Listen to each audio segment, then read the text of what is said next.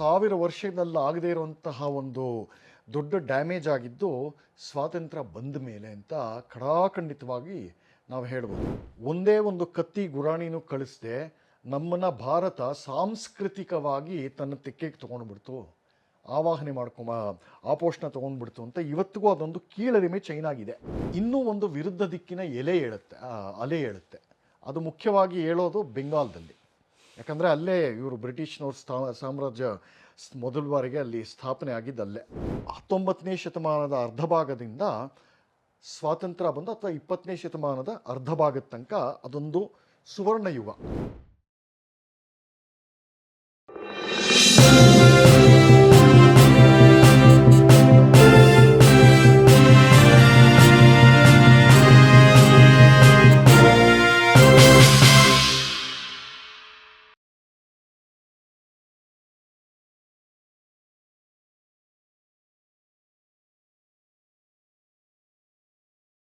Sir ನಮಸ್ತೆ. ಈ ಸರಿ ಬಹಳ ಗ್ಯಾಪ್ ಆಯ್ತು ನಮ್ದು. ಹೌದು ಬಿಡುವು. ಹೌದು ನೀವು ಬಿಸಿ, ನಾನು ಬಿಸಿ. ಓಡಾಟ ಇತ್ತು, ಪ್ರವಾಸ ಅದು ಇದು ಎಲ್ಲ. ಇತಿಹಾಸದ ಮಧ್ಯೆ ಒಂದು ಬಿಡು. ಹೌದು ಬಿಡು. ಓಡಾಡದೆ ಹೋದ್ರೆ ಇತಿಹಾಸದ ಸತ್ಯಗಳು ಗೊತ್ತಾಗೋದಿಲ್ಲ ಅಲ್ವಾ? ಹೌದು. ಸೊ ನಾವು ನವಾಬ್ ನೆಹರು ಅವರು ಅವರ ಆಡಳಿತದ ಒಂದು ಅಥವಾ ಅವರ ಬ್ಯೂರೋಕ್ರಸಿಯ ಅವರ ಆಣತಿಯನ್ನ ಡೈರೆಕ್ಟ್ ಅಲ್ಲದಿದ್ರು ಇಂಡೈರೆಕ್ಟ್ ಆಗಿ ಮಾಧ್ಯಮಗಳ ಮೂಲಕ ಹೇಗೆ ಕಂಟ್ರೋಲ್ಡ್ ಆಗಿ ಅದನ್ನು ಅಭಿವ್ಯಕ್ತಿಸುವುದು ಅನ್ನೋದಕ್ಕೆ ಬಹಳ ಕಡಿಮೆ ದರದಲ್ಲಿ ಅವರಿಗೆ ಜಾಗವನ್ನು ಕೊಡುವ ಮೂಲಕ ಒಂದು ರೀತಿಯ ತಮ್ಮ ಆಶ್ರಯದಲ್ಲಿ ಉಳಿಸ್ಕೊಳ್ಳುವಂಥ ಜಾಣತನವನ್ನು ಹೇಗೆ ಮೆರೆದರು ಅನ್ನೋಲ್ಲಿಗೆ ನಮ್ಮ ಮಾತು ನಿಂತಿತ್ತು. ಸೊ ಪ್ರಾಯಶಃ ಇದರ ಮುಂದೆ ನೀವು ನಮ್ಮ ಇಡೀ ಶಿಕ್ಷಣದ ವ್ಯವಸ್ಥೆಯನ್ನು, ನಮ್ಮ ಒಂದು ಏನೋ ಭಾರತೀಯವಾದಂಥ ಒಂದು ಶಿಕ್ಷಣದ ವ್ಯವಸ್ಥೆ ಅಂತ ಏನಿತ್ತು, ಅದು ಗುರುಕುಲ ಪದ್ಧತಿ ಇರ್ಬೋದು, ಇನ್ನೊಂದಿರ್ಬೋದು, ಸಂಸ್ಕೃತ ಇರ್ಬೋದು, ಯಾವುದೇ, ಬಹುಶಃ ಅದನ್ನು ಕೂಡ ವ್ಯವಸ್ಥಿತವಾಗಿ ಕರ್ಬ್ ಮಾಡದಂಥ ಒಂದು ಇತಿಹಾಸವು ನಮ್ಮ ಮಧ್ಯೆ ಇದೆ ಅಂತ ಅಂದ್ಕೊಳ್ತೇನೆ ನಾನು. ಹೌದು, ಖಂಡಿತ. ವಸ್ತುತಃ ಒಂದು ವಿಶಾಲವಾದಂತಹ ವಿಷಯನ ನೀವು ತಗೊಂಡಿದ್ದೀರ. ಇದು ನಮ್ಮ ಭಾರತ ದೇಶದ ಶೈಕ್ಷಣಿಕ ಪದ್ಧತಿ ಯಾವ ದಿಕ್ಕಲ್ಲಿ ನಡೀತು ಸ್ವಾತಂತ್ರ್ಯ ಬಂದ ಮೇಲೆ ಅಂತ ನಾನು ಹಿಂದಿನ ಸಂಚಿಕೆಗಳಲ್ಲೂ ಕೂಡ ಸಾಕಷ್ಟು ಹೇಳಿದ್ದೀನಿ. ಆನುಷಂಗಿಕವಾಗಿ ಕೂಡ ಅಲ್ಲಲ್ಲಿ ಒಂದಷ್ಟು ದೀರ್ಘವಾಗಿ ಕೂಡ ಹೇಳಿದ್ದೀನಿ. ನಮ್ಮ ದೇಶದ ದೌರ್ಭಾಗ್ಯ ಅಂತ ಶುರುವಾಗಿದ್ದು ಅಂತಂದರೆ, ನಾವು ಬೇರೆ ಬೇರೆ ದಾಳಿಕೋರರ ಆಡಳಿತದ ಕೆಳಗೆ, ಅದು ಮುಸಲ್ಮಾನರಿರ್ಬೋದು, ಬ್ರಿಟಿಷರಿರ್ಬೋದು, ಬೇರೆ ಬೇರೆಯವರು ಗುಲಾಮಗಿರಿಯ ಆ ಕಾಲದ ಆ ಅವಧಿಯ ಆಳ್ವಿಕೆಯಲ್ಲಿ ಆಗದೇ ಇರುವಂತಹ ಒಂದು ದುಷ್ಪರಿಣಾಮ, ದೀರ್ಘಕಾಲದ ದುಷ್ಪರಿಣಾಮ ಆಗಿದ್ದು ನಮಗೆ ರಾಜಕೀಯ ಸ್ವಾತಂತ್ರ್ಯ ಅನ್ನೋ ಹೆಸರಲ್ಲಿ ಬಂದಂತಹ ವಿಭಾಜನೆ ಬಂದ ಸಮಯದಿಂದ ಈ ಹಂತ ಆರಂಭಗೊಳ್ಳುತ್ತೆ. ನಮಗೆ 47ರಿಂದ ಸಾಕಷ್ಟು ಹಿಂದೆಂದು 1000 ವರ್ಷದಲ್ಲಿ ಆಗದೇ ಇರುವಂತಹ ಒಂದು ದೊಡ್ಡ ಡ್ಯಾಮೇಜ್ ಆಗಿದ್ದು ಸ್ವಾತಂತ್ರ್ಯ ಬಂದ ಮೇಲೆ ಅಂತ ಖಡಾಖಂಡಿತವಾಗಿ ನಾವು ಹೇಳ್ಬೋದು. ಅದರಲ್ಲಿ ಬೇರೆ ಬೇರೆ ಆಯಾಮಗಳನ್ನು ಹೇಳಿದ್ದೀನಿ. ಅದರಲ್ಲೊಂದು ಮುಖ್ಯ ಆಯಾಮ ಅಂತಂದರೆ ನೀವು ಈ ಹೊತ್ತಿನ ವಿಷಯ ಶೈಕ್ಷಣಿಕ ವ್ಯವಸ್ಥೆ. ವಸ್ತುತಃ ನಮ್ಮ ದೇಶಕ್ಕೆ ಅನಾದಿ ಕಾಲದಿಂದ ಹೊರಗಿನವರು ಬಂದಿದ್ದು 3 ಉದ್ದೇಶಗಳಿಗಾಗಿ. ಮೊದಲನೇದು ನಮ್ಮ ಜೊತೆ ವ್ಯಾಪಾರ ವಾಣಿಜ್ಯ ಸಂಬಂಧ ಬೆಳೆಸ್ಕೊಳ್ಳೋಕ್ಕೆ, ಅಂದರೆ ಆರ್ಥಿಕ ಕಾರಣಗಳಿಗೆ ಬಂದರು. ಎರಡನೇದಾಗಿ ನಮ್ಮ ದಾರ್ಶನಿಕ ಪರಂಪರೆ, ನಮ್ಮ ಆಧ್ಯಾತ್ಮಿಕ ಸತ್ವ ಇದು ಯಾವ ರೀತಿ ಇದೆ ಅಂತ ಇಲ್ಲಿ ಕಲ್ತ್ಕೊಂಡು ಅದು ಒಬ್ಬ ಪ್ರಾಚೀನ ಗ್ರೀಕರಿಂದ ಹಿಡಿದು ಅವರು ಸಾಕಷ್ಟು ನಮ್ಮ ಆಧ್ಯಾತ್ಮಿಕ ಸಾಮಗ್ರಿ ಅಲ್ಲಿಗೆ ತೊಗೊಂಡು ಹೋದರು. ಅಲೆಕ್ಸಾಂಡರು, ನಂತರ ಕಾಲದ ಬಂದಂತಹ ಗ್ರೀಕರು, ರೋಮನ್ರು ಕೂಡ ಒಂದಷ್ಟು ಮಟ್ಟಕ್ಕೆ ಇಂಥ ಕೊಡುಕೊಳ್ಳುವಿಕೆ ಇತ್ತು ಯಾವುದೋ ಆಧ್ಯಾತ್ಮಿಕ ಕ್ಷೇತ್ರದಲ್ಲೂ. ಮೂರನೇದು ಮತ್ತೆ ಮುಖ್ಯವಾದದ್ದು ಅಂತಂದರೆ ನಮ್ಮ ವಿದ್ಯಾ ಪರಂಪರೆ, ನಮ್ಮ ಪರಂಪರೆ, ನಮ್ಮ ಶೈಕ್ಷಣಿಕ ಪದ್ಧತಿ. ಇದನ್ನು ಯಾವ ರೀತಿ ಮಾಡ್ತಾರೆ ಇಲ್ಲಿ ಅಂತ ತಿಳ್ಕೊಳ್ಳೋಕ್ಕೆ ಅತ್ತ ಕೊರಿಯಾಯಿಂದ, ಚೈನಾಯಿಂದ, ಜಪಾನಿಂದ, ಇತ್ತ ಥೈಲ್ಯಾಂಡು, ಈ ಕಡೆಯಿಂದ ಎಲ್ಲ ನಮ್ಮ ದೇಶಕ್ಕೆ ಬಂದು ಕಲ್ತ್ಕೊಂಡು ಅಲ್ಲಿಗೆ ಹೋದರು. ಈ ಹೊತ್ತಿಗೂ ಕೂಡ ನಿಮಗೆ ಚೈನಲ್ಲಿ ಮಾರ್ಷಲ್ ಆರ್ಟ್ಸ್ ಇವೆಲ್ಲ ಅಂತ ಹೇಳ್ತಾರಲ್ಲ, ನಮ್ಮದು ಅಂದರೆ ನಮ್ಮ ಮೂಲ ಯೋಗ ಪದ್ಧತಿಗಳಿದೆಯಲ್ಲ ಅದನ್ನೆಲ್ಲ ಅವರು ಯೋಗ ಪದ್ಧತಿ ಇರ್ಬೋದು, ನಮ್ಮ ಯಾವುದು ಅವರು ಮಾರ್ಷಲ್ ಆರ್ಟ್ಸ್ ಅಂತಾರೆ, ಒಟ್ನಲ್ಲಿ ಸೆಲ್ಫ್ ಡಿಫೆನ್ಸ್ ಅಂತ ಇವಾಗ ಹೇಳ್ತಾರಲ್ಲ, ಹೌದು. ಅದ್ರ ಬೇರೆ ಬೇರೆ ಪ್ರಕ್ರಿಯೆಗಳನ್ನು, ಪ್ರಭೇದಗಳನ್ನು ಅವ್ರ ದೇಶಕ್ಕೆ ಅವ್ರ ಪರಿಸ್ಥಿತಿಗೆ ತಕ್ಕಂತೆ ಈ ಮೂಲ ಸಾಮಗ್ರಿನ ಕಲ್ತ್ಕೊಂಡು ಅದನ್ನ ಅಳವಡಿಸ್ಕೊಂಡ್ರು. ಯುದ್ಧ ತಂತ್ರ ವಿದ್ಯೆಯೂ ಇರ್ಬೋದು. ಅವೆಲ್ಲ ಅಳವಡಿಸ್ಕೊಂಡ್ರು. ಯಾವುದೋ ಒಂದು ರಿಸರ್ಚ್ ಪ್ರಕಾರ ಅದನ್ನ ಪೂರ್ತಿ ಇದಮಿತ್ತಮ್ ಅಂತ ಹೇಳಕ್ಕಾಗಲ್ಲ. ಒಂದು ರಿಸರ್ಚ್ ಪ್ರಕಾರ ಈಗ ಕಲರಿಪಯಟ್ಟು ಅಂತ ಈಗ ತಿರ್ಗಾ ದೊಡ್ಡದಾಗೆ ಮತ್ತೆ ಪ್ರವರ್ಧಮಾನಕ್ಕೆ ಬಂದಿದೆ. ಆ ಕಲರಿಪಯಟ್ಟುದು ಅನೇಕ ಅಂಶಗಳನ್ನು ಕರಾಟೆ ಜೂಡೋನಲ್ಲಿ ಅಳವಡಿಸ್ಕೊಂಡಿದ್ದಾರೆ ಅನ್ನೋ ಸಾಕಷ್ಟು ಸ್ಟಡೀಸು, ಸಂಶೋಧನೆ ನಡೆದಿದೆ. ಅದು ಹೇಗೆ ಇರಲಿ, ಒಟ್ಟಿನಲ್ಲಿ ವಿದ್ಯಾಕ್ಷೇತ್ರ, ಭಾರತೀಯ ವಿದ್ಯಾಕ್ಷೇತ್ರ, ಶಿಕ್ಷಣ ಪದ್ಧತಿ, ಆ ಪರಂಪರೆನ ಕಲ್ತ್ಕೊಳ್ಳೋಕ್ಕೆ ಇಲ್ಲಿಂದ ಇಲ್ಲಿಗೆ ಬರ್ತಾ ಇದ್ರು ಅನ್ನೋದು ಗೊತ್ತಾಗುತ್ತೆ. ಅನೇಕ ಕಾಲದಲ್ಲಿ ಭಾಳ ಈ ಇತಿಹಾಸ, ಭಾರತ ಮತ್ತು ಚೈನಾ ಇತಿಹಾಸ, ವಿಶೇಷತಃ ಆ ಇತಿಹಾಸನ ನಮ್ಮ ಈ ಎರಡು ದೇಶಗಳ ಸಂಬಂಧ ತಗೊಂಡ್ರೆ ಅಲ್ಲಿ ಪದೇ ಪದೇ ಒಂದು ಕಾಣಿಸುತ್ತೆ. ಚೈನಾದವರು ಒಬ್ಬನೇ ಒಬ್ಬ ಯಾರೋ ಸೈನಿಕನನ್ನು ಕಳಿಸ್ದೆ, ಒಂದೇ ಒಂದು ಸೈನ್ಯನೂ ಕಳಿಸ್ದೆ, ಒಂದೇ ಒಂದು ಕತ್ತಿ ಗುರಾಣಿನೂ ಕಳಿಸ್ದೆ, ನಮ್ಮನ್ನ ಭಾರತ ಸಾಂಸ್ಕೃತಿಕವಾಗಿ ತನ್ನ ತೆಕ್ಕೆಗೆ ತೊಗೊಂಡ್ಬಿಡ್ತು, ಆವಾಹನೆ ಆಪೋಷಣ ತೊಗೊಂಡ್ಬಿಡ್ತು ಅಂತ ಇವತ್ತಿಗೂ ಅದೊಂದು ಕೀಳರಿಮೆ ಚೈನಾಗಿದೆ. ಇವತ್ತಿಗೂ ಇದೆ ಅದು. Without firing A bullet India conquered China ಅಂತ ಇದೆ ಅದು. ಸೊ ಇಂಥ ದೊಡ್ಡ ಶಿಕ್ಷಣ ಪದ್ಧತಿನ ಕಾಲಕ್ಕೆ ತಕ್ಕ, ಯಾಕಂದರೆ ಈ ಶಿಕ್ಷಣ ಆಗಲಿ ಇನ್ನೊಂದಾಗಲಿ ಇವೆಲ್ಲ ಹರಿಯೋ ನೀರು ಥರ, ನದಿ ಥರ, ಕಾಲಕ್ಕೆ ತಕ್ಕಂಗೆ ಅದು ಮಾರ್ಪಾಟು ಆಗ್ತಾ ಬರುತ್ತೆ. ಅದು ಅಂತಃಸತ್ವ ಗಟ್ಟಿಗಿದ್ರೆ ಸಾಕು. ಈ ಸತ್ವ ನಮಗೆ ಈಚಿನವರೆಗೂ ಗಟ್ಟಿಗಿತ್ತು. ಈಗ ಉದಾಹರಣೆಗೆ ತಗೊಂಡ್ರೆ, ಯಾವಾಗ ನಮ್ಮ ತಾತ ಇವ್ರ ಕಾಲದಲ್ಲಿ, ನಿಮ್ಮ ತಾತ ನಮ್ದು ಒಂದೇ ಜನ್ರೇಷನ್ನು, ಅವಾಗೂ ಕೂಡ ಅವರು ಅಕ್ಷರಾಭ್ಯಾಸ ಎಲ್ಲಿ ಮಾಡ್ತಾಯಿದ್ರು? ಮಣ್ಣು ಮೇಲೆ ಮಾಡ್ತಾಯಿದ್ರಲ್ಲ, ಮಣ್ಣು ಮೇಲೆ ಅಕ್ಕಿ ಮೇಲೆ ಇದನ್ನೆಲ್ಲ ಮಾಡ್ತಾಯಿದ್ರು. ತರಕಾರಿಗಳನ್ನೆಲ್ಲ, ಈಗ ಬೆಂಡೆಕಾಯಿ ಕತ್ತರಿಸಿದ್ರೆ ನೀವು ಬೆಂಡೆಕಾಯಿ ಇದ್ರದ್ದು ತೊಟ್ಟನ್ನು ತೆಗಿತೀವಲ್ಲ, ಅದನ್ನ ಇಟ್ಕೊಂಡು ಕಾಗುಣಿತ ಹೇಳ್ಕೊಟ್ಟಿರೋದನ್ನ ನಾನೇ ನೋಡಿದ್ದೀನಿ ನನ್ನ ಸಣ್ಣ ಬಾಲ್ಯದಲ್ಲಿ. ಸೊ ಈ ರೀತಿ ಎಲ್ಲ ಇತ್ತು. ಅದು ಯಾವ ರೀತಿ ಪ್ರಾಕ್ಟಿಕಲ್ಲಾಗಿ ಹೇಳ್ಕೊಡೋದು, ಪಾಠಕ್ರಮ ಅದೇನೇ ಇರಲಿ, ಅದು ಮಾರ್ಪಾಟಾಗಿದ್ರು ಅದೊಂದು ಕೋರ್ ಅಂತಿರುತ್ತಲ್ಲ, ಅಂತಃಸತ್ವ ಗಟ್ಟಿ ಉಳ್ಕೊಂಡು ಬಂದಿತ್ತು. ಈಚೀಚೆಗೂ ಅಂತ ಹೇಳೋದಕ್ಕೆಲ್ಲ ಉದಾಹರಣೆ ಕೊಟ್ಟೆ. ಬ್ರಿಟಿಷ್ ಕಾಲದವರು ಆ ಕಾಲದಲ್ಲಿ, ಅದಕ್ಕೆ ಬರ್ತೀನಿ ಆಮೇಲೆ ಹೇಳ್ತೀವಿ. ಸೊ ಇದೆಲ್ಲ ಲಿಂಕ್ ಆಗಿದೆ. ಆ ಅಂತಃಸತ್ವ ನಮಗೆ ಉಳ್ಕೊಂಡಿತ್ತು. ಅದು ಹಾಳಾಗಿದ್ದು, ವ್ಯವಸ್ಥಿತವಾಗಿ ಹಾಳು ಮಾಡಿದ್ದು ಸ್ವಾತಂತ್ರ್ಯ ಬಂದ ನಂತರ ಡೆಲಿಬ್ರೇಟ್ಲಿ ಮಾಡಿದ್ದು.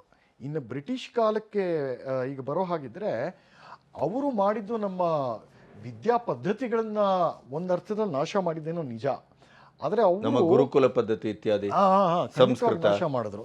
ಅವನು ಯಾರೋ ಈ ಬೆಂಟಿಂಕು ಇವರೆಲ್ಲ ಬಂದಿದ್ದ ಕಾಲದಲ್ಲಿ, ಮೆಕಾಲೆ, ಬೆಂಟಿಂಕು ಇವರೆಲ್ಲ ಬಂದ ಕಾಲದಲ್ಲಿ, ಮುಖ್ಯವಾಗಿ ಮೆಕಾಲೆ ಕಾಲದಲ್ಲಿ ಒಂದು 20,000 ಗುರುಕುಲಗಳು ಪ್ಲಸ್ ಅದೇ ಪ್ರಮಾಣದ ಸಂಸ್ಕೃತ ಗುರುಕುಲಗಳನ್ನು ವ್ಯವಸ್ಥಿತವಾಗಿ ಒಂಥರ ಒಂದು ನಿರ್ದಯವಾಗಿ ಮುಚ್ಚಿಸ್ತಾನೆ.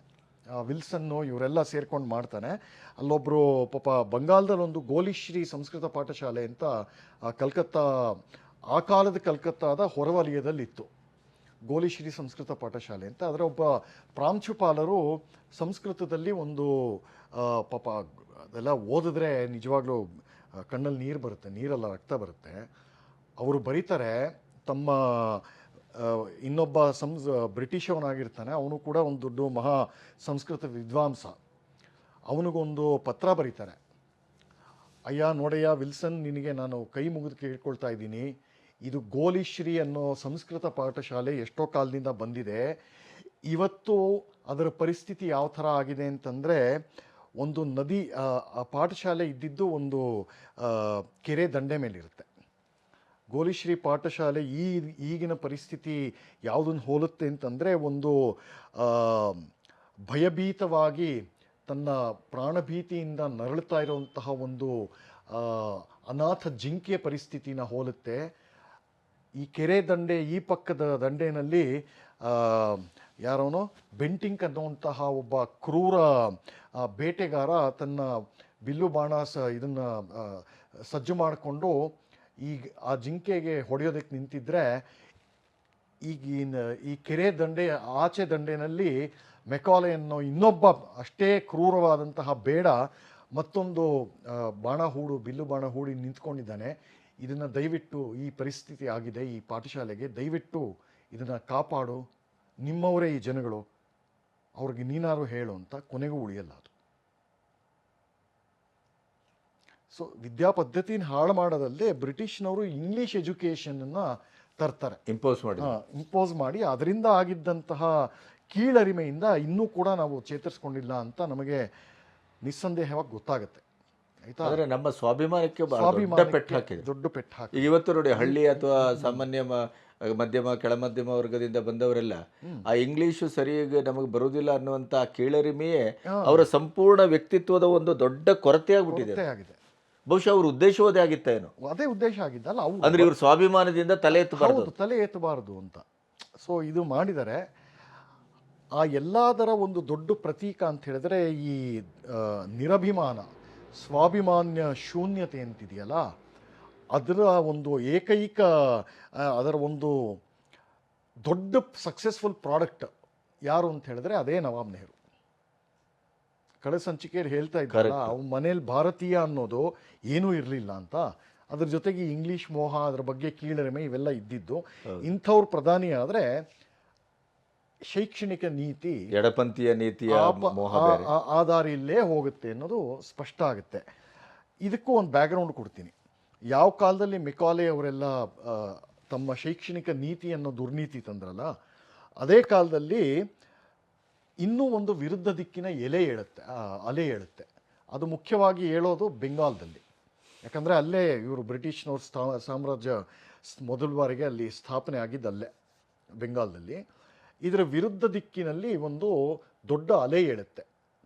ಅಂದರೆ ಅವರು ನೋಡ್ತಾರೆ ಆ ಕಾಲದಲ್ಲಿ ನಮ್ಮ ಸಮಾಜದ ಗಣ್ಯರು ಅನ್ಸ್ಕೊಂಡವರೆಲ್ಲ ಇದರಿಂದ ಆಗುವಂತಹ ದೂರಗಾಮಿ ಪರಿಣಾಮ ಏನು ಅಂತ ಅವ್ರಿಗೆ ಸ್ಪಷ್ಟವಾಗಿ ಗೊತ್ತಾಗ್ಬಿಟ್ಟು ಅವರು ಈ ಇಂಗ್ಲೀಷ್ ಯೂನಿವರ್ಸಿಟಿಗಳು, ಸ್ಕೂಲು, ಕಾಲೇಜುಗಳು ಹೊಸದಾಗಿ ಬರ್ತಾ ಇತ್ತಲ್ಲ, ಈ ಮಿಷನರಿ ಸ್ಕೂಲ್ಗಳು ಇವೆಲ್ಲ ಬರ್ತಾ ಇತ್ತಲ್ಲ, ಅವ್ರು ಇರ್ತಾ ಇರೋ ಸಬ್ಜೆಕ್ಟು, ಅವರ ಪಾಠಕ್ರಮ ಇವೆಲ್ಲ ನೋಡಿ ಈ ಸ್ಕೂಲು, ಕಾಲೇಜು, ಯೂನಿವರ್ಸಿಟಿಗಳನ್ನು ಗುಲಾಮ್ ಖಾನ ಅಂತ ಕರೀತಾ ಇದ್ರು. ಕರೆಕ್ಟ್ ಅದು ಇದನ್ನು ಹೇಳಿದ್ದೀನಿ ಸೀತಾ ಮುಂದೆ. ಅಂದರೆ ಗುಲಾಮರನ್ನ ತಯಾರಿ ಮಾಡುವಂತಹ ಫ್ಯಾಕ್ಟ್ರಿಗಳು ಅಂತ. ಈ ಉದಾಹರಣೆ ಅಂತಂದರೆ ಒಂದು 8-10 ತಲೆಮಾರಿಂದ ಬಂದಂತಹ ಒಂದು ಪಂಡಿತ ಪರಂಪರೆ ಅಂತ ಇಟ್ಕೊಳ್ಳಿ. ಆ ಮನೆತನದಲ್ಲಿ ಹುಟ್ಟಿರ್ತಾರೊಬ್ಬರು, ಅದೇ ಕೊನೆ ತಲೆ. ಯಾಕೆ ಅಂತಂದರೆ ಅಷ್ಟರೊಳಗೆ ಆ ಹಳೆ ಪದ್ಧತಿಗಳನ್ನೆಲ್ಲ ಈ ಬೆಂಟಿಂಕು, ಮೆಕಾಲೆ ನಾಶ ಮಾಡಿಬಿಟ್ಟಿರ್ತಾರೆ. ಮುಂದಿನ ಪೀಳಿಗೆ ಆ ವಿದ್ವಾಂಸರು ಇರ್ತಾರಲ್ಲ, ಅವರು ಮುಂದಿನ ಪೀಳಿಗೆಗೆ ಅನ್ನ ಹುಟ್ಟಲ್ಲ. ಈ ವೇದ ವಿದ್ಯೆಯಿಂದ, ಸಂಸ್ಕೃತ ವಿದ್ಯೆಯಿಂದ, ನಮ್ಮ ಪಾರಂಪರಿಕ ವಿದ್ಯೆಗಳಿಂದ ಅನ್ನ ಹುಟ್ಟಲ್ಲ. ಅಂದರೆ ಒಂದು ಏಟಿಗೆ 8-10 ತಲೆಮಾರಿಂದ ಬಂದಂತಹ ಪರಂಪರೆಗಳು ನೆಕ್ಸ್ಟ್ ತಲೆಮಾರಲ್ಲಿ ಸರ್ವನಾಶ ಆಯಿತು. ಏನಾಗ್ತಾರೆ ಅಂತ ಮುಂದಿನ ಪೀಳಿಗೆಯವರು, ಆ ತಲೆಮಾರಿನವರು, ಈ ಪಂಡಿತ ಪುತ್ರ ಅಂತ ಇರ್ತಾರಲ್ಲ, ಅವ್ರು ಏನಾಗ್ತಾರೆ? ಕ್ಲರ್ಕ್ ಆಗ್ತಾರೆ ಅಷ್ಟೇ. ಅವರ ಉದ್ದೇಶವೂ ಅದೇ ಆಗಿತ್ತು ಅಲ್ವಾ? ಸೊ ಇದು ಇವರು ಶಿಕ್ಷಣ ನೀತಿ ಅಂತ ಕರೆಸ್ಕೊಳ್ಳೋಂತಹ ಒಂದು ದೊಡ್ಡ, ಅದಕ್ಕೆ ಕ್ರೈಮ್ ಅಂತಲೇ ಕರಿಬೇಕು, ದೊಡ್ಡ ಅಪರಾಧ ಅಂತ. ಅದರಿಂದ ಆದಂತಹ ಪರಿಣಾಮ ಇದು ಎಜುಕೇಷನಲ್ ಜನೋಸೈಡ್. ಹೌದು, ಎಜುಕೇಷನಲ್ ಜಿನೋಸೈಡ್. ಸೊ ಇದಕ್ಕೆ ಒಂದು 150 ವರ್ಷದಿಂದ ಈ ಪದ್ಧತಿ ಬರುತ್ತೆ. ನಮಗೆ ಸ್ವಾತಂತ್ರ್ಯ ಬರೋ ಹೊತ್ತಿಗೆ ಸುಮಾರು ಒಂದು 120 ವರ್ಷದಿಂದ ನಡ್ಕೊಂಡು ಬಂದಿರುತ್ತೆ ಇಂಥದ್ದು.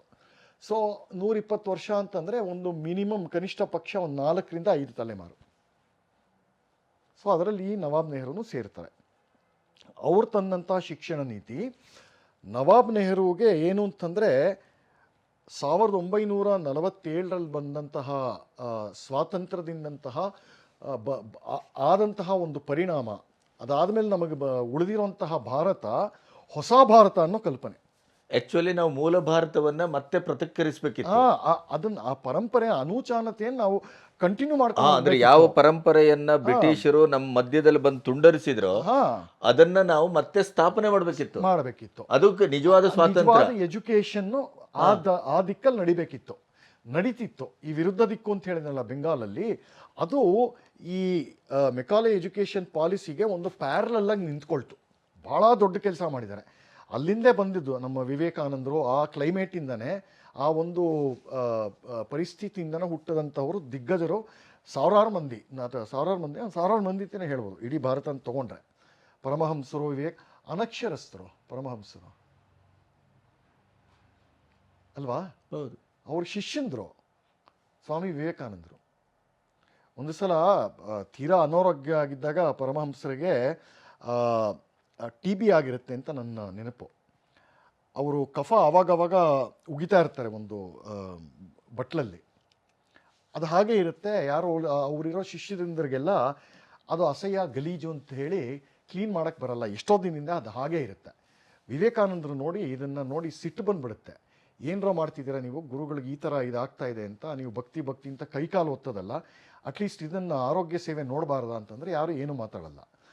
ಈ ರೀತಿ ಬರೀ ಬಾಯಲ್ಲಿ ಹೇಳಿದ್ರೆ ಇವ್ರಿಗೆ ಅರ್ಥ ಆಗಲ್ಲ ಅಂಥೇಳಿ ಆ ಬಟ್ಲನ್ನ ತೊಗೊಂಡು ಕುಡಿದು ಬಿಡ್ತಾರೆ.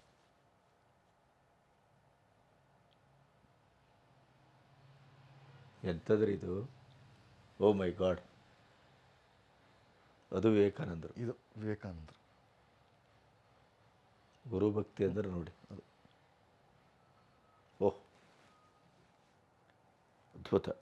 ಸೊ ಇಂಥವ್ರು ನಿರ್ಮಾಣ ಮಾಡಿದ್ದು, ಇಂಥವ್ರು ಕೊಟ್ಟಿದ್ದ ಸ್ಫೂರ್ತಿಯಿಂದ ಎಷ್ಟೋ ಪಾಲಿಗೆ ಎಷ್ಟೋ ಮಟ್ಟಕ್ಕೆ ಅದಕ್ಕೆ ಸಡ್ಡು ಹೊಡೆದ್ರು. ಈ ಮೆಕಾಲೆ ಎಜುಕೇಷನ್ ತಂತ್ರಕ್ಕೆ ಎಷ್ಟೋ ಮಟ್ಟಕ್ಕೆ ಅದಕ್ಕೆ ಸಡ್ಡು ಹೊಡೆದ್ರು. ಮತ್ತು ಇದನ್ನು ನಡೆಸ್ಕೊಂಡು ಆ ಕಾಲ ಇದೆಯಲ್ಲ, ಯಾವುದೋ 19ನೇ ಶತಮಾನದ ಅರ್ಧ ಭಾಗದಿಂದ ಸ್ವಾತಂತ್ರ್ಯ ಬಂದು ಅಥವಾ 20ನೇ ಶತಮಾನದ ಅರ್ಧ ಭಾಗದ ತನಕ ಅದೊಂದು ಸುವರ್ಣ ಯುಗ, ಸುವರ್ಣ ಶತಕ ಅಂತ ಹೇಳ್ಬೋದು ಆಯಿತಾ. 1 century of modern cultural Renaissance ಅಂತ, ಭಾರತೀಯ ಆಧುನಿಕ ಭಾರತದ ಪುನರುತ್ಥಾನದ ಯುಗ ಅಂತ ಇದನ್ನ ನಾವು ಧಾರಾಳವಾಗಿ ಕರಿಬೋದು. ಆಗ ಬಂದವರೇ ನಮ್ಮ DVG ಆಗಲಿ, ಇವರೆಲ್ಲ ಆಗಲೇ ಬಂದಿದ್ದರು. ವಿವೇಕಾನಂದರು, ಜಗದೀಶ್ ಚಂದ್ರ ಬೋಸು, ಇವರೆಲ್ಲ JRD ಟಾಟಾ ಕೂಡ ಎಲ್ಲ ಕ್ಷೇತ್ರದಲ್ಲೂ ಉತ್ಕೃಷ್ಟವಾದ ಬೆಳೆನೇ ತೆಗೆದಿದ್ದು ನಮ್ಮ ಭೂಮಿ ಆ ಕಾಲದಲ್ಲಿ. ವೀರ್ ಸಾವರ್ಕರ್ ಅವರೆಲ್ಲರೂ ಆ ಕಾಲದಲ್ಲೇ ಬಂದಿದ್ದು. ಸೊ ನೀವು ನೋಡಿ ಯಾಕೆ ಬಂತು ಅಂದರೆ, ಅಂಥ ಒಂದು ಕ್ಲಿಷ್ಟಕರವಾದಂಥ ಗುಲಾಮಗಿರಿತನ ಇತ್ತಲ್ಲ, ಅದೊಂದು ಅಪ್ರೆಸಿವ್ ಅಂತಾರಲ್ಲ, ಆ ಮಟ್ಟದ ದಮನ ಈ ಮಟ್ಟದ ಒಂದು ರಿಯಾಕ್ಷನ್ ಕೊಡ್ತು. ಹೌದು, ಇಂಥವ್ರನ್ನೇ ಹುಟ್ಟಿಸಿದ್ದು ನಮ್ಮ ಭರತ ಭೂಮಿ ಆ ಕಾಲದಲ್ಲಿ. ಆ ಪರಂಪರೆಯನ್ನು ಮುಂದುವರಿಸ್ಕೊಂಡು ಹೋಗಬೇಕಿತ್ತು. ಈ ಪುಣ್ಯಾತ್ಮ ಬಂದಮೇಲೆ ಅದನ್ನು ಕಟ್ಟೇ ಮಾಡಿಬಿಟ್ರೆ ಶೈಕ್ಷಣಿಕ ನೀತಿ ಅನ್ನೋ ಹೆಸರಲ್ಲಿ. ಅವರ ಪ್ರಕಾರ 1947ರಲ್ಲಿ ಬಂದಂತಹ ಭಾರತಕ್ಕೂ ಅದಕ್ಕೆ ಮುಂಚೆ ಇದ್ದಂತಹ ಭಾರತಕ್ಕೂ ಸಂಬಂಧನೇ ಇಲ್ಲ ಅನ್ನೋ ಎಷ್ಟೊಂದು ಅವ್ರ ಭಾಷಣದಲ್ಲೇ ಸಿಗುತ್ತೆ ನಿಮಗೆ. ಈ ಥರ ಹೇಳಿಕೆಗಳು ಅನೇಕ ಕಡೆ ಸಿಗುತ್ತೆ. ಇದು ದೇಶದ್ರೋಹ. We must forget the regressive past. ಏನದು, ನಮ್ಮ ಮೌಢ್ಯಾಧಾರಿತ ಹಿಂದೂ ಸಮಾಜ, ಹಿಂದೂ ಪರಂಪರೆಯೇ ನಮ್ಮ ಪತನಕ್ಕೆ ಕಾರಣ ಅಂತ ಬೇಕಾದಷ್ಟು ಕಡೆ ಪುಂಖಾನುಪುಂಖವಾಗಿ ಅವ್ರ ಕಲೆಕ್ಟೆಡ್ ವರ್ಕ್ಸ್ ಓದಿ ನಿಮಗೆ ತೀರಾ ವಾಕರ್ಕೆ ಬರುತ್ತೆ ಅಂತ ಹೇಳೋದಕ್ಕೆ ನನಗೆ ಏನು ಸಂಕೋಚ ಇಲ್ಲ. ಆ ಮಟ್ಟದ ಕೀಳರಿಮೆ ನಮ್ಮ ಪಂಡಿತ ಕಾಶ್ಮೀರಿ ಬ್ರಾಹ್ಮಣ ಬೇರೆ ಪುಣ್ಯಾತ್ಮ, ಆ ಮಟ್ಟದ ಕೀಳರಿಮೆ ಸಾಂಸ್ಕೃತಿಕ ಭರ್ತ್ಸನೆ ಇತ್ತು ಈ ಮನುಷ್ಯನಿಗೆ. ಸೊ ಶಿಕ್ಷಣ ಪದ್ಧತಿ ಪ್ರಕಾರ ಅವ್ರ ಕಲ್ಪನೆಯಲ್ಲಿದ್ದಿದ್ದು ಸೈಂಟಿಫಿಕ್ ಟೆಂಪರ್, ರ್ಯಾಷನಲಿಸಮ್, ಪ್ರೋಗ್ರೆಸಿವಿಸಮ್ ಅನ್ನೋ ಈ ಥರ ಪದಗಳು. ಇದಕ್ಕೆಲ್ಲ ನೋಡಿ ಡಿಕ್ಷನರಿನಲ್ಲೇ ನಿಮಗೆ ಒಂದು ಸ್ಪಷ್ಟವಾದ ಸಮಾನಾಂತರ ನಿಚ್ಚಳವಾದ ಅರ್ಥ ಇಲ್ಲ ಇದಕ್ಕೆಲ್ಲ. ಇದು ಹೀಗೆ ಅನ್ನೋದಕ್ಕೆ ನಿಚ್ಚಳವಾದ ಅರ್ಥ ಇಲ್ಲ. ಇದಕ್ಕೆ ಯಾವ ಪದಗಳಿಗೂ ಈ ಥರ ಅರ್ಥ ಇಲ್ಲ. ಕಾಲಕ್ಕೆ ಅವ್ರಿಗೆ ಬೇಕಾದಂತೆ ಪರಿಸ್ಥಿತಿಗೆ ತಕ್ಕಂತೆ ಈ ಅರ್ಥಗಳು, ವ್ಯಾಖ್ಯಾನಗಳು ಬದಲಾಗ್ತಾ ಹೋಗುತ್ತೆ. ಈ ಮನುಷ್ಯಂಗೆ ಈ ಥರ ತಯಾರಿ ಸಿಕ್ಕಿದ್ದು ಈ ಕಮ್ಯುನಿಸಮ್ಮು, ಬೇರೆ ಬೇರೆ ಅಲ್ಲಿ ಅಲಹಾಬಾದಲ್ಲಿರುವಂತಹ ನವಾಬಿ ಕಲ್ಚರಿಂದ ಬಂದಂತಹ ಪ್ರಾಡಕ್ಟು ನವಾಬ್ ನೆಹರು. ಸೊ ಅವರು ಶಿಕ್ಷಣ ಪದ್ಧತಿ ಯಾವ ಥರ ರೂಪಿಸ್ತಾರೆ ಅಂತ ಗೊತ್ತಾಗುತ್ತೆ. ಈ ಥರ ಸೈಂಟಿಫಿಕ್ ಟೆಂಪರು, ಈ ಎಲ್ಲ ಮೂಲ ಏನು ಅಂತಂದರೆ ನಮ್ಮ ಆಚಾರಗಳು, ವ್ಯವಹಾರಗಳು, ಅನುಷ್ಠಾನಗಳು ಇವೆಲ್ಲ ನೆಹರು ಕಣ್ಣಿಗೆ ಕೇವಲ ಮೌಢ್ಯವಾಗಿ ಕಾಣ್ತು ಹೊರತು ಆಚಾರಗಳಿಂದ ಆಗುವಂತಹ ಒಂದು ಸಾಂಸ್ಕೃತಿಕ ಸಾಮರಸ್ಯ ಇರುತ್ತಲ್ಲ. ನಿಮ್ಮನೆ ಆಚಾರ ಬೇರೆ, ನಮ್ಮನೆ ಆಚಾರ ಬೇರೆ ಒಂದೇ. ಆದರೆ ನಾವು ದೇವಸ್ಥಾನಕ್ಕೆ ಹೋದಾಗ ಇಬ್ಬರು ಅಲ್ಲಿರೋಂತಹ ಆಚಾರಕ್ಕೆ ನಾವು ಕಟ್ಟು ಬಿದ್ದಿರ್ತೀವಿ. ಕರೆಕ್ಟ್, ನಮ್ಮದನ್ನು ನಾವು ಮನೇಲಿ ಇಟ್ಕೊಳ್ತೇವೆ ಅಲ್ವಾ.